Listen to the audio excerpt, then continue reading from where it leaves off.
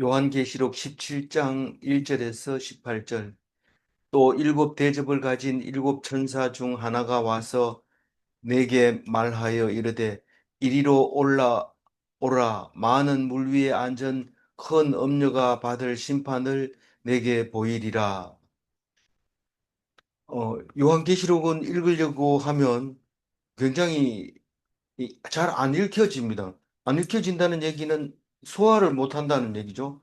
읽으면 금방 사라져 버리는 단어가 있는가 하면 똑같은 단어를 다른 걸로 또 쓰기도 하고 또 이게 이건가 하고 집중하다 보면 딴소리하고 그런 것 같이 보여지기 때문에 읽기가 매우 힘든 게 요한계시록입니다.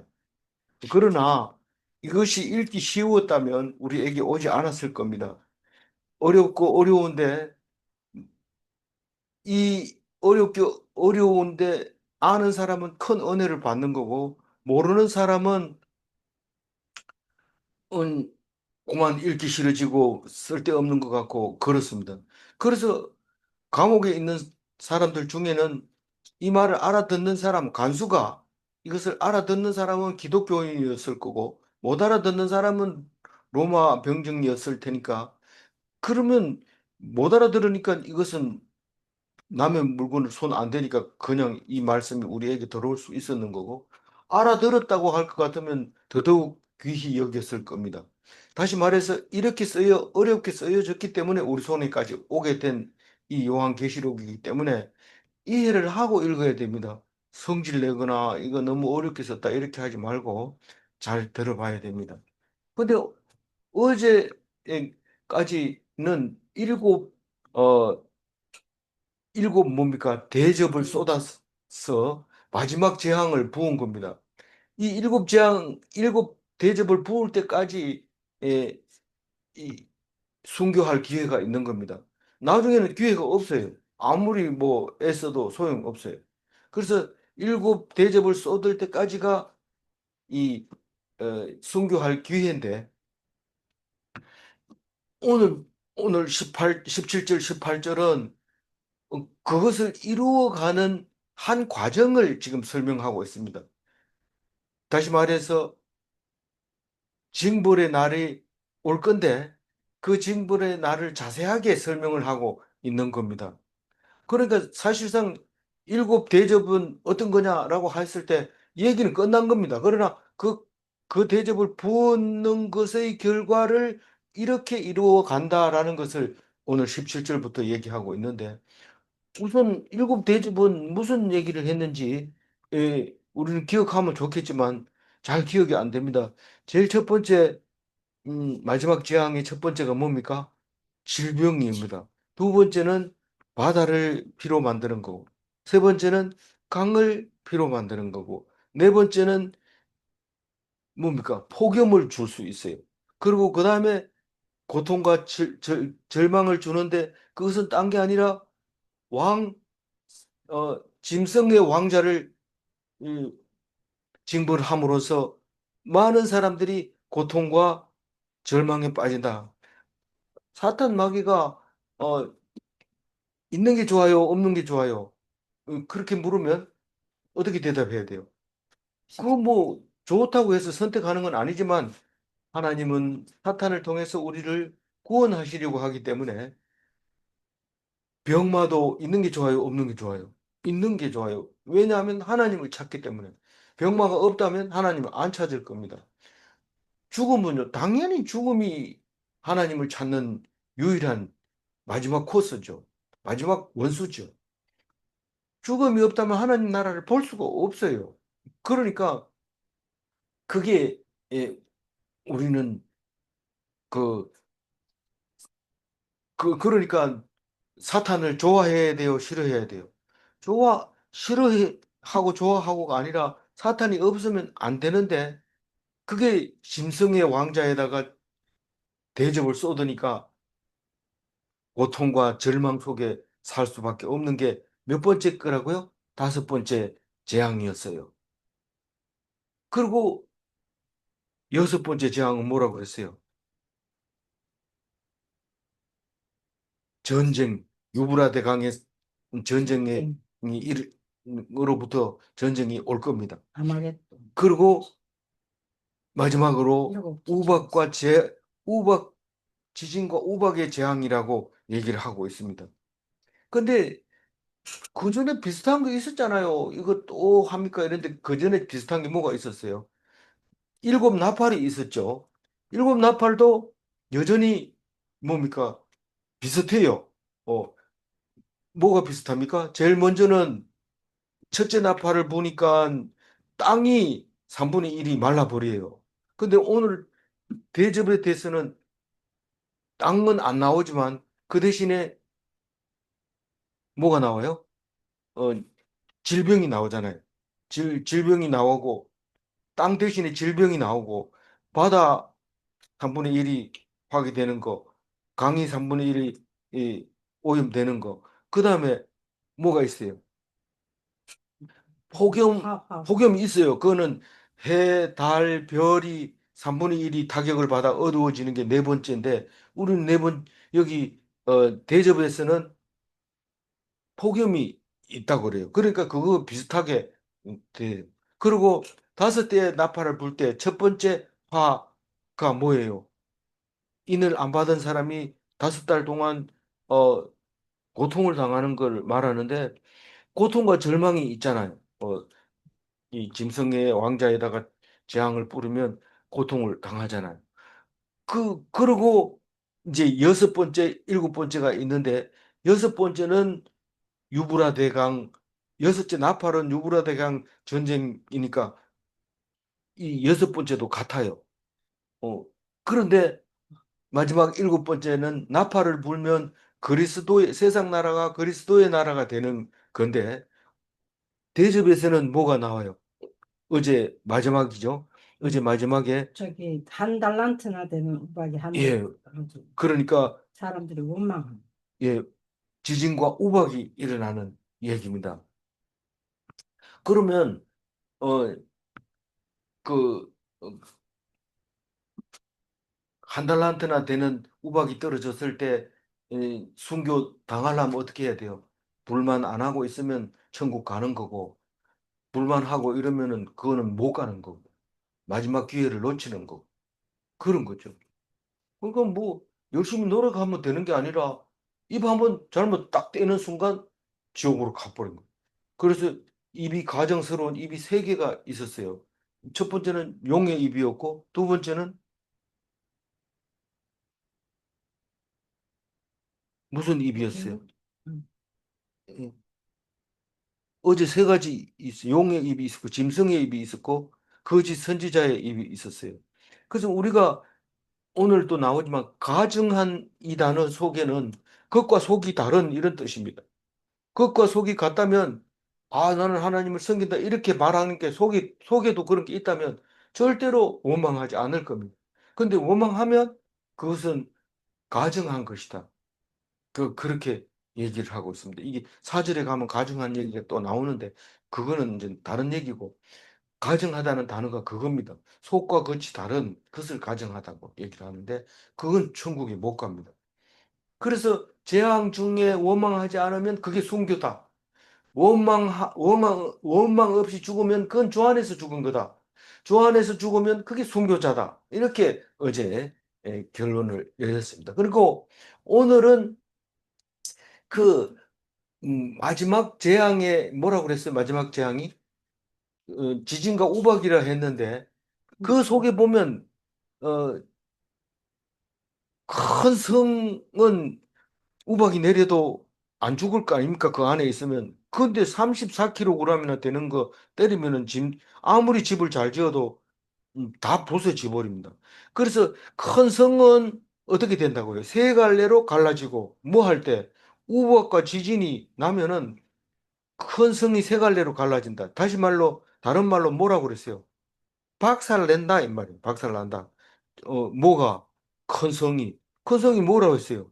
바벨론이 박살 난다. 어떻게 오늘 1절부터 이야기하는 얘기입니다.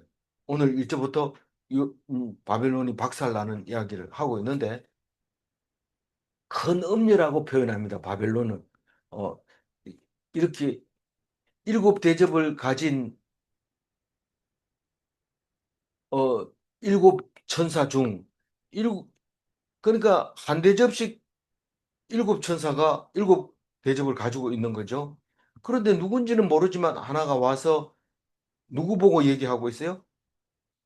사도 요한 보고 말합니다. 뭐라고? 이리로 오라. 많은 물 위에 앉은 큰 엄녀가 받을 심판을 내게 보이리라.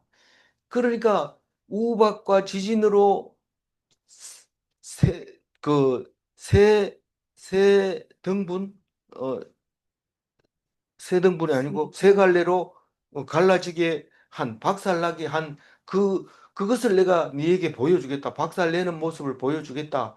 그러면서 오라고 하는데 그 누구를 보고 얘기하냐면 많은 물 위에 앉은 큰 음녀를 이제 박살나는 건 내가 보여줄게라고 얘기를 하고 있습니다. 그런데 여러 가지 말로 표현합니다. 유브라데의 전쟁할 때도 유브라도 바벨론을 얘기하는 거고 바벨론 또 바벨론을 그리고 메소포타미아 이것도 바벨론을 얘기하는 거고 여기에서 여러 가지로 바벨론을 얘기합니다. 그러나 사실은 큰 음녀라고 얘기하면서 또 음녀라고 안 하고 또 여자라고도 하면서 사실은 그게 사탄이고 우상이고 용이고 사탄이고 뱀이고 그거를 말하고 있는 겁니다. 그걸 말하고 있는데 그래도 우리는 읽으면서 그걸 상상하면서 이해를 해야 돼요. 그 사탄이 이 재앙을 받는 것을 내가 보여주겠다 하면서 2절 읽어봅니다. 땅의 임금들도 그와 더불어 음행하였고 땅에 사는 자들도 그 음행의 포도주에 취하였다 하고. 그 여자라고 하다가 음녀라고 하다가 이렇게 말하는 이유는 음행을 했기 때문에 음녀라고 얘기를 하는 겁니다. 바벨론은 음녀를 행했다라고 얘기를 합니다. 바벨탑이라고 하는 게 이 바벨탑을 쌓을 때 바벨론하고 지금 나중에 생긴 바벨론하고 다른 연대가 다른 거지만 그러나 원 바벨탑이라고 하는 것은 하늘에 대항하는 것을 바벨탑이라고 합니다. 그런데 이 바벨탑을 쌓은 것을 음행이라고 얘기합니다. 무슨 말이냐면 하나님의 백성이 하나님을 섬기지 않고 다른 걸 섬기면 음행이라고. 그 남편을 섬기지 않고 다른 남자를 섬기면 음행이라고 하는데 같은 말을 하고 있는 겁니다. 땅의 임금들도 그와 더불어 그가 누굽니까? 큰 음녀와 더불어 음행을 했다. 무슨 말입니까? 바벨론이 큰 나라가 음, 이게 좋다. 그러면 거기에 그걸 얻기 위해서 온갖 노력을 다하면 그게 음행인 거죠. 그래서 바벨론이 온 세계 사람들을 다 음행하게 만들었다는 거죠. 땅에 사는 자들도 그 음행의 포도주에 취하였다. 나라가 결정을 하면 다 따라합니다. 돈이 최고다. 그리고 말도 안 되는 짓을 막 하고 있는 겁니다. 그게 좋다는 거예요. 좋다는 거예요. 잘하고 있다는 거예요. 결국 망한다는 거예요. 그 얘기를 지금 이절에 하고 있습니다. 다시 말해서, 다시 말할 필요 없습니다. 넘어갑니다. 3절 읽어봅니다. 곧 성령으로 나를 데리고 광야로 갑니다. 내가 보니 여자가 붉은빛 짐승을 탔는데 그 짐승의 몸에 하나님을 모독하는 이름들이 가득하고 일곱 머리와 열 뿔이 있으며. 이게 짐승의 모습을 여러 번 얘기하는데 이 앞에서도 열 뿔 가진 짐승이 있었어요. 일곱 머리를 가지고 있고. 그래서 이거를 읽을 때 1차적으로 읽기가 굉장히 어렵습니다. 그런데 뒤에 걸 읽어보면 볼수록 현실을 얘기하고 있는 거기 때문에 열 뿔은 뭐라고 그랬어요? 열 왕을 말하고 있는 겁니다. 이게 다니엘서도 나와 있던 거예요. 다니엘서하고 요한계시록하고 기록 연대를 따지면은 500년이 500년이 훌쩍 넘어갑니다. 그런데 그 사이에 똑같은 말을 씁니다. 열 뿔을 가졌으며 이런데 로마 사람들은 무슨 말인지 못 알아듣지만 히브리 사람들은 다 알아듣습니다. 이게 지금 열 나라를 말하고 있는데 그 나라들을 짐승이라고 말하고 있는 겁니다. 여자가 붉은 빛의 짐승을 땄다는 얘기는 이 그 사탄의 대장을 말하는 겁니다. 붉다는 것은 성부를 말하는 거죠. 이기고 또 이기는 게 붉은 빛을 가진 짐승이었잖아요. 그게 비밀이잖아요.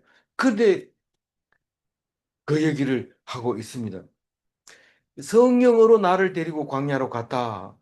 이 유대인들은 이런 말을 참 잘 씁니다.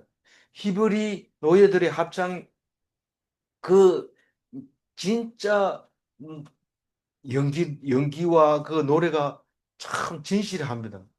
그 유대인들은 노래 하나를 해도 그렇게 다르게 불러요.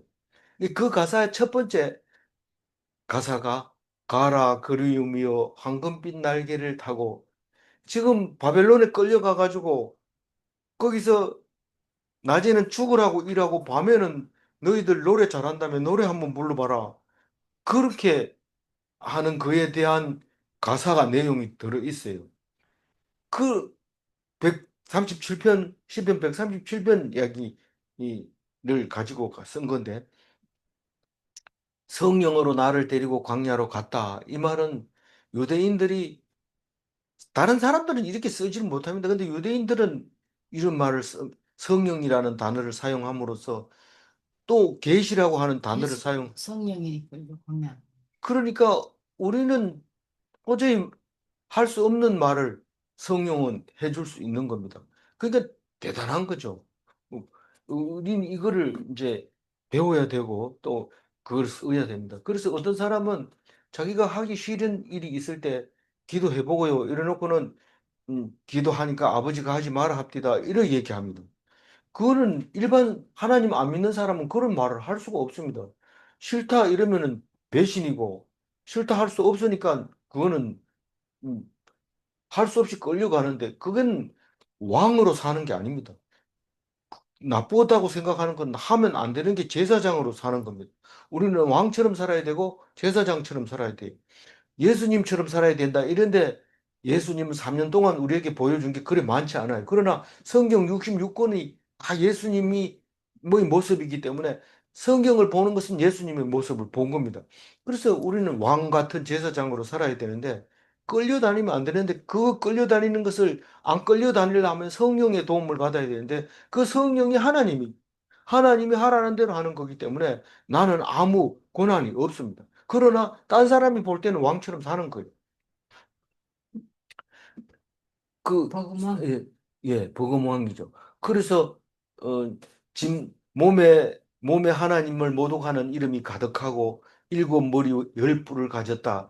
그거를 이제 그 세상 왕을 말하고 있는 것을 하고 있는 겁니다. 근데 여기 3절에 보면 여자가 붉은 짐승을 탔는데 이러면 이 앞에 보면 음, 여자가 그, 그, 뭐를 해산하는 여자가 있었잖아요. 그게 예수님을 낳는 여자하고 다른 여자거든요. 이거는 사탄의 여자입니다. 왜 그렇게 헷갈리게 만들어 놨나요? 이런데 사탄은 꼭 예수님하고 거의 비슷하게 그림자처럼 만들어 놨어요. 이쪽에도 여자가 있으면 이쪽에도 여자 있고 저쪽이 뭐예요? 사탄과 하나님 사이인데 그게 모양이 너무 비슷합니다.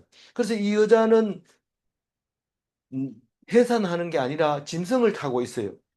그 음녀가 만약에 해산을 자꾸 하게 되면 음녀 역할을 못 합니다. 진짜 착한 사람들만 음, 해산을 하고 그 고통을 견디고 자녀를 낳고 하는 거지. 음녀는 그냥 붉은 짐승을 탔는데 몸을 어떻게 치장을 했어요? 4절 읽어봅니다. 그 여자는 자줏빛과 붉은빛 옷을 입고 금과 보석과 진주로 꾸미고 손에 금잔을 가졌는데 가증한 물건과 그의 음행의 더러운 것들이 가득하더라. 음녀라 이러면은 다른 건 잘 모르는데 그 술집 포주가 생각이 납니다. 살이 적고 몸이 비둔하고 금목걸이, 보석 목걸이 막 이렇게 걸어 넣는 그런 우리는 뭐 그런 시대에 안 살니까 뭐 모르지만 영화를 보면 그런 나옵니다. 자줏빛과 붉은빛 옷은 거의 왕처럼 그래서 이 포주는 여자는 이 음녀는 자기가 왕입니다. 뭐 이렇게 저렇게 이렇게 하는 거죠. 주모하고 비슷한데 주모는 좀 착한 주모고 이거는 좀 더 센 그 호주라고 볼 수 있습니다. 금과 보석과 진주로 꾸몄어요.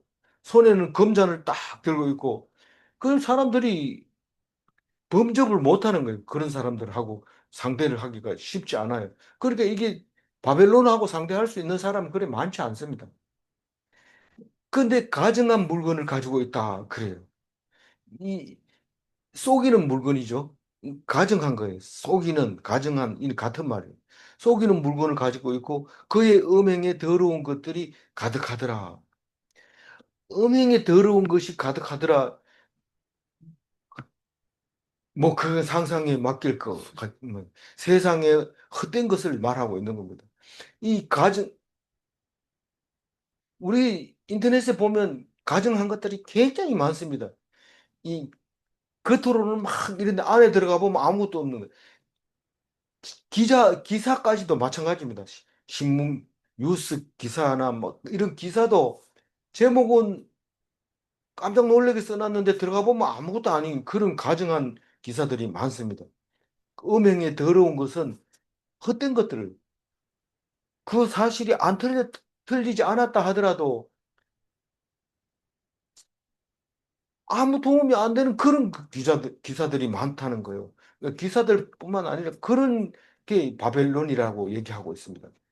그게 여자라고 표현하면서 그런 모습을 그리고 있습니다. 6절 읽어볼까요? 아니, 저 5절. 5절 읽어줘. 그의 이마에 이름이 기록되었으니 비밀이라 큰 바벨론이라 땅의 음녀들과 가증한 것들의 음이라 하였더라. 거기 그 비밀이라는 단어가 7절에도 나옵니다. 그렇지만 9절에 가면 지혜라는 말을 씁니다. 그 비밀은 너희들이 알 수 있다. 다시 말해서 이 성경을 읽고 있는 사람들이 너희들이 알 수 있는 비밀이다. 라고 얘기합니다. 그의 이마에 이름이 기록되어 있으니 바벨론이라고 써놨다는 거예요. 사실 뭐라고 써놨어요? 로마라고 써놓은 거예요. 로마. 지금 로마 시대인데 로마라는 말을 못 쓰니까 바벨론이라는 말을 쓴 거예요. 그럼 로마라고 써놨는데 사실 그게 뭐라는 거예요? 짐승이다. 이런 뜻이. 다시 말해서 땅의 음료와 가증한 것들의 음이라라고 써놨던 거예요. 그게 바벨론이라는 뜻이 그런 뜻입니다. 이렇게 쓰고 있지만 이건 비밀이라는 거예요. 지금 로마는 음료고 가증한 것을 만들어내고 있는 아주 악한 나라다. 그 얘기를 하고 있는데 로마라는 말을 하나도 안 썼기 때문에 우리까지 읽을 수 있었던 거예요. 6절 읽어봅니다. 또 내가 보매 이 여자가 성도들의 피와 예수의 증인들의 피에 취한지라 내가 그 여자를 보고 놀랍게 여기고 크게 놀랍게 여기니. 그러니까 내가 요한이잖아요. 요한이 보니까 이 여자가 누구예요? 바벨론이 성도들의 피와 예수의 증인들의 피에 성도들의 피와 예수의 증인들의 피가 뭡니까? 순교자를 말하는 거죠. 순교자를 순교자를 자꾸 만들어내면서 비틀거리는 거예요. 다시 취한. 말해서 여기서 순교자 만들고 넘어지면서 또 이쪽 순교자 만들고 저쪽으로 비틀하면서 계속해서 순교자를 만들어내는 거예요. 취해가지고 그냥 막 만들어내는 거예요. 순교자를. 그렇게 만들어내니까 누가 놀랐어요? 요한이. 요한이 뭘 보고 그 여자를 보고. 바벨론을 보고 그렇게 깜짝 놀래니까 7절 읽어봅니다. 10절. 천사가 이르되 왜 놀랍게 여기느냐? 내가 여자와 그의 탄 일곱 머리와 열 뿔 가진 짐승의 비밀을 내게 보이리라. 그러니까 이르리라. 예, 여자가 탄 일곱 머리 열 뿔 가진 짐승 다시 말해서 여자를 바벨론으로 표현하기도 하지만 열 뿔 가진 짐승 그러니까 열 나라를 통제하고 있는 사탄을 말하고 있는 겁니다. 그게 지혜고 비밀입니다. 그게 비밀이라고 지금 얘기하고 있습니다. 그러니까 이거는 지금 옛날 얘기도 아니고 미래 얘기도 아니고 지금 현재 있는 얘기인데 바벨론이라고 얘기하는 것은 지금 로마 시대에 쓰고 있는 이 요한계시록은 로마를 보고 얘기하고 있는 겁니다. 모든 주석이 거기에 그렇게 썼을 때 반대하는 사람이 없는 겁니다. 8절 읽어봅니다. 내가 본 짐승은 전에 있었다가 지금은 없으나 장차 무지갱이로부터 올라와 멸망으로 들어갈 자니 땅에 사는 자들로서 창세 이후로 그 이름이 생명책에 기록되지 못한 자들이 이전에 있었다가 지금은 없으나 장차 나올 짐승을 보고 놀랍게 여기리라. 이 8절을 읽어지면 이거는 비밀을 아는 거고 8절을 알면은 지혜가 있는 거예요.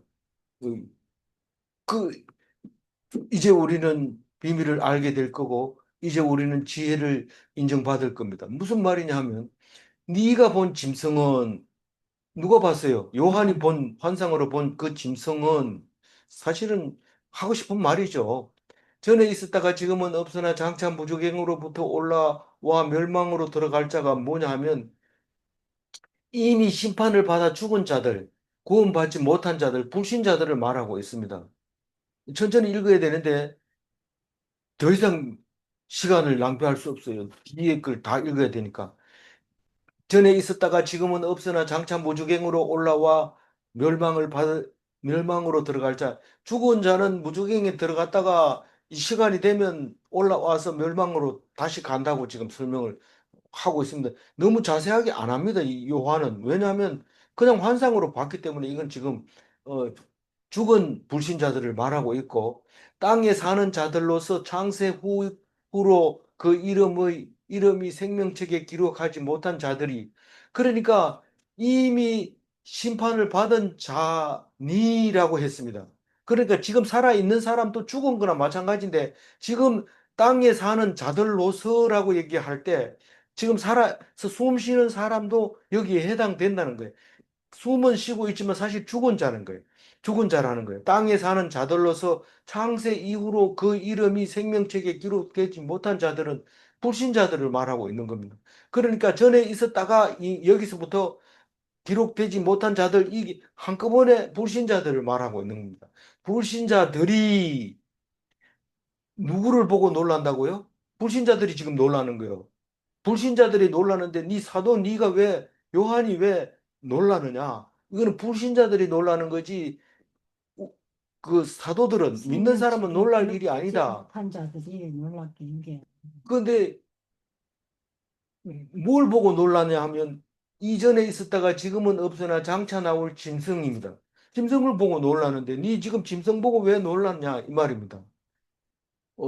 너무 길어가지고 머릿속에 다 안 들어갈 거지만 다시 말해서 놀라는 사람은 불신자만 놀라지 이 믿는 사람은 안 놀란다. 그 얘기를 어렵게 썼는데 비밀이니까 그렇게 어렵게 쓴 거고 그 뜻을 아면 지혜 있는 겁니다. 구절 읽어봅니다. 지혜 있는 뜻이 여기 있으니 그 일곱 머리는 여자가 앉은 일곱 산이요. 근데 여기에 일곱 산 이러면은 이걸 읽을 때 사람들이 다 알아들었다는 거예요.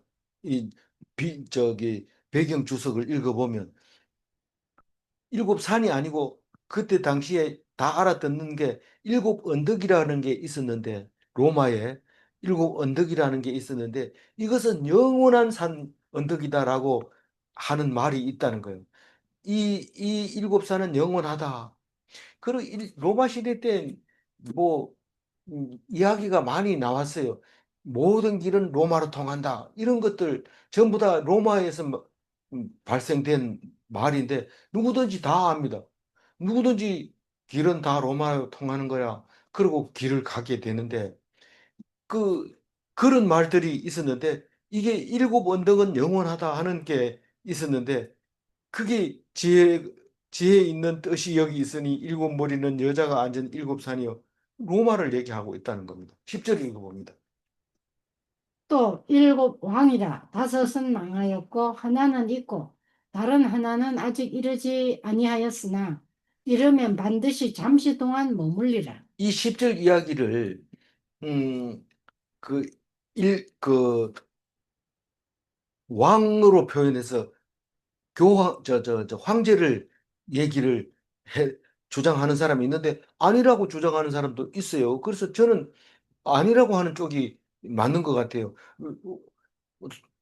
그러나 뒤에 그 설명하려면 황제가 음, 맞는 거예요. 그러니까 1차 독자라면은 황제라고 이해하는 것이 더 나을 수 있어요. 일곱 왕이라는 거는 일곱 황제를 말하는 거구나 하는 것을 이해하기가 더 쉬웠을 겁니다. 그러나 우리 입장에서 이걸 읽어보면 일곱 왕은 일곱 왕 중에서 다섯은 망하였고 하나는 있고 하나는 아직 이르지 아니하였다라고 얘기를 할 때 저는 어떻게 읽었냐 하면 아람, 아수르, 바벨론, 바사, 헬라가 이 다섯은 망한 왕이었고 지금 있는 것은 로마를 말하는 거고 앞으로 올 것은 미국이다. 이렇게 생각을 했어요. 그 전에 묵상할 때도 그렇게 묵상을 했어요.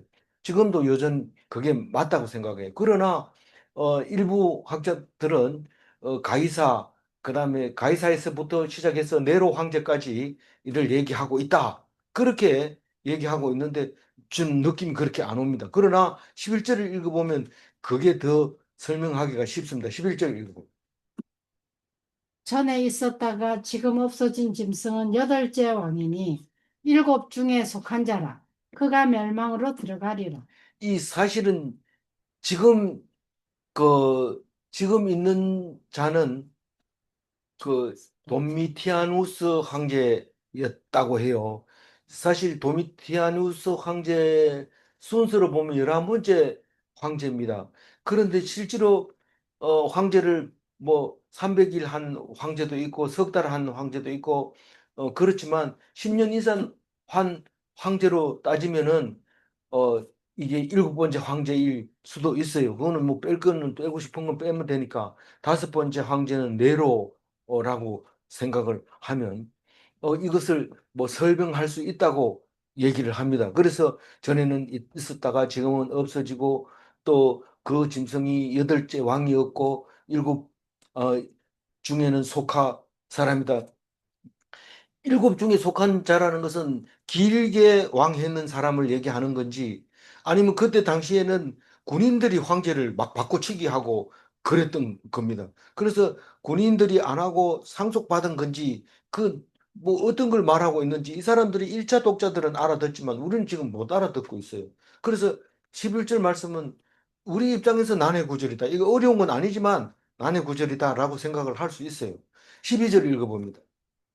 내가 보이던 열뿔은 열왕이니 아직 나라를 얻지 못하였으나 다만 짐승과 더불어 임금처럼 한동안 권세를 받으리라.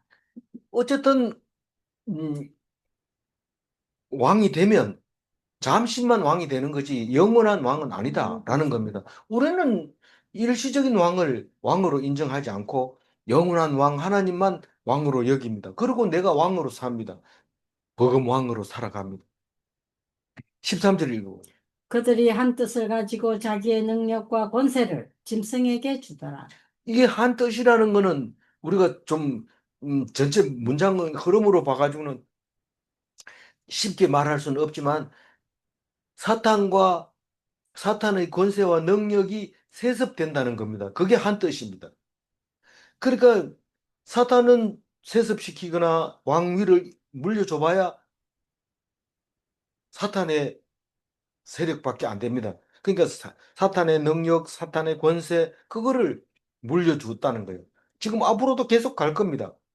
미국은 기독교 나라고 하나님을 믿는 나라지만 실제로 현장에 가보면 많은 교회, 기독교 교회는 있지만 교회에 가면 한결같이 우리나라는 기독교 나라가 아닙니다. 썩은 나라입니다. 다 그렇게 얘기를 하고 종교 개혁이 일어나야 합니다. 라고 말하는 게 미국 그이 교회들의 입장입니다. 어, 그러니까 13절을 읽으면 생각할 수도 있는 어, 이해될 수 있는 구절이라고 생각할 수도 있습니다. 14절 읽어봅니다. 그들이 어린 양과 더불어 싸우려니와 어린 양은 만주의 주시요 만왕의 왕이시므로 그들을 이기실 터이요 또 그와 함께 있는 자들 곧 부르심을 받고 택하심을 받은 진실한 자들도 이기리라. 그게 무슨 얘기냐면 바벨론이 아무리 강하고 로마가 아무리 강한다 하더라도 어린 양이 누굽니까? 예수. 예수님이잖아요. 예수님이 그들이 예수님을 이길 수 없다라고 얘기를 하고 있습니다. 왜냐하면 어린 양은 만주의 주고 만왕의 왕이고 항상 승리자이기 때문에 이긴다는 거죠. 그러니까 안 죽는 사람을 어떻게 이깁니까? 죽였는데 다시 살아나는데 어떻게 이깁니까? 그건 뭐 불가능, 이게 망고의 진리라는 얘기입니다. 이거는. 그건 지금 만드는 얘기 아니요. 이렇게 말하는 게 아닙니다. 그거는. 진리는 바꿀 수가 없어요. 안 죽는 사람을 이길 방법이 뭐가 있어요? 방법이 없어요. 그러니까 이 말은 망고의 진리입니다. 근데 또라고 하고 뒤에 나오죠. 그와 함께 있는 자들, 곧 부르심을 받고 택하심을 받은 진실한 자들 누굽니까? 성도들 얘기하는 거예요. 예정된 자, 순교자, 창세부터 농명된 자를 말하고 있는 거예요. 그 사람하고 누구하고 같이 있다고요? 예수님. 예수님과 함께 있다는 거예요. 그러니까 이겨요, 져요. 이길. 이기는 거예요. 바벨론이 아무리 크고 로마가 아무리 크고 다른 왕이 아무리 세다 하더라도 잠시뿐입니다. 잠시 우리가 고통을 받는다면 잠시뿐일 겁니다. 그거는 성경에서 말하고 있는 겁니다. 그러나 우리는 영원히 살기 때문에 그 잠시 있는 그거 가지고 우리 목숨 잃으면 안 됩니다. 지면 안 됩니다. 예수님과 함께 더불어 항상 승리를 해야 합니다. 15절 읽어봅니다. 또 천사가 내게 말하되 내가 본 바 음녀가 앉아 있는 물은 백성과 무리와 열국과 방언들이라. 그 음녀가 앉아 있는 물은 이런 말은 무슨 말이냐면 메소포타미아에 있는 큰 물을 그리고 바벨론을 자꾸 이렇게 비유해 오다 보니까 이렇게 쓸 수밖에 없어요. 다시 말해서 로마가 앉아 있는 물은 이렇게 말할 수 있어요. 로마는 어디에 앉아 있느냐면 백성과 무리와 열국과 방언에 있어요. 이게 그 앞에서는 다르게 했죠. 백성과 나라와 방언과 족속 이렇게 있는데 이게 같은 말이에요. 그러니까 믿지 않는 많은 사람들을 바탕으로 사탄이 힘을 쓰고 권력을 쓰고 음, 능력을 쓰고 있다. 그 얘기를 지금 15절에 하고 있는 겁니다. 이해 갔죠? 예. 예, 16절 읽어봅니다. 내가 본 바 이 열불과 짐승은 음녀를 미워하여 망하게 하고 벌거벗게 하고 그의 살을 먹고 불로 아주 사르리라. 요게 이제 키포인트입니다. 이 아까 그 14절에서는 무조건 예수님은 이긴다로 되어 있었지만 16절은 스스로 멸망한다. 그 얘기입니다.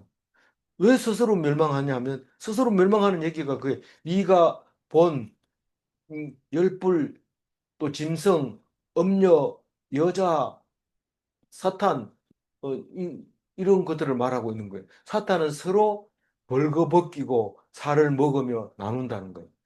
자기들끼리 그렇게 한다는 거예요. 왜 그렇게 하느냐 하면 17절에 설명하고 있습니다. 읽어봅니다. 이는 하나님이 자기 뜻대로 할 마음을 그들에게 주사 한 뜻을 이루게 하시고 그들의 나라를 그 짐승에게 주게 하시되 하나님의 말씀이 응하기까지 하십니다. 요게 말이 빙빙 돌아서 그렇지 쉽게 얘기하자면 자기, 자유의지를 그 사람에게 줬어요. 누구에게? 사탄에게 줬어요. 네 마음대로 해라. 그러니까 마음대로 하고 싶은 거예요. 그냥 잘 지내다가 갑자기 미워가지고 벌거벗기고 살을 먹으며 막 나눠 먹고 이렇게 하는 거예요. 그래서 한 뜻을 이루게 하시고 이 말이 뭡니까? 하나님이 뜻을 이루게 하시는. 그러니까 하나님이 뭔 뜻입니까? 사탄은 서로 싸워가지고 멸망하게 만들어 주시는데 그건 이미 말씀하셨어요. 선지자들 통해서 늘 말씀한 그 말씀이 응하기까지 그렇게 해주는 거예요. 다시 말해서 그들의 나라를 그 짐승에게 주게 했다는 겁니다.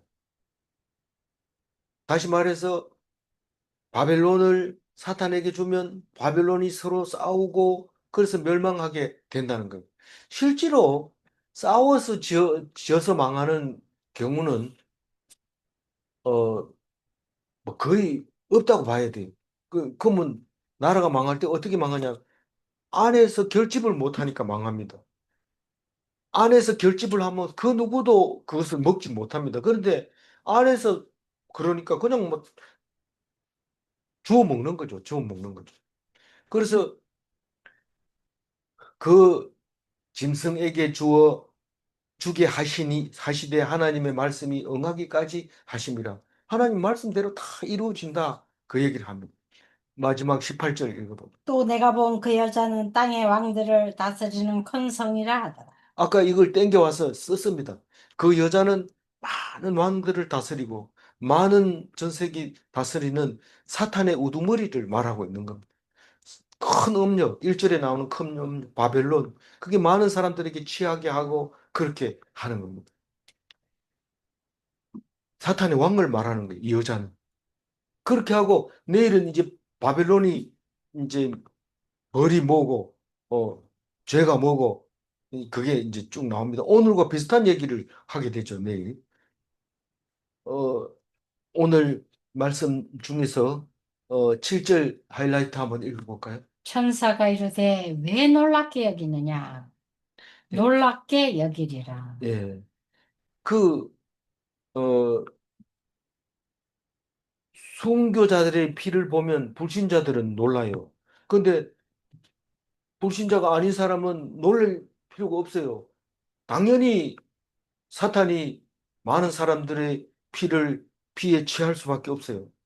일곱 재앙은 마지막 순교자를 위한 겁니다. 그래서 우박이 떨어지면 맞아 죽어야 돼요. 안 맞아 죽을 방법이 없냐? 없어요. 그 진리, 하나님이 정해놓은 거예요. 죽으면 천국 가는 거고, 안 죽으려고 발부둥길 치고 하나님 원망하면 지옥 가는 거고. 질문합니다. 순교자의 수가 다 차면 더 이상 재앙은 없는가? 마지막 재앙이니까요. 질문 2. 순교자의 수가 다 차면 오직 천국만 있는가? 기도하겠습니다. 하나님, 이제 마지막 순교자를 위하여 재앙을 주실 때에 그 재앙을 능히 감당하고 하나님이 주신 것으로 인정하고 순교할 수 있도록 도와주옵소서. 하나님을 원망하지 말게 하여 주시고 천국에서 영원히 살 수 있게 하여 주옵소서. 우리는 세상에 몇 시간, 며칠, 몇 년을 더 살려고 발부둥질 하다가 결국은 죽어버리는 어리석은 자 되게 하지 마옵시고 죽음이 언제 있을지라도 오직 하나님 나라에 들어가는 영생만 구하는 참된 그리스도인으로 살 수 있게 도와주시옵소서. 주님께서 인도하여 주시리라 믿사옵고 감사하며 우리 주 예수 그리스도 이름으로 기도 올리옵나이다. 아멘.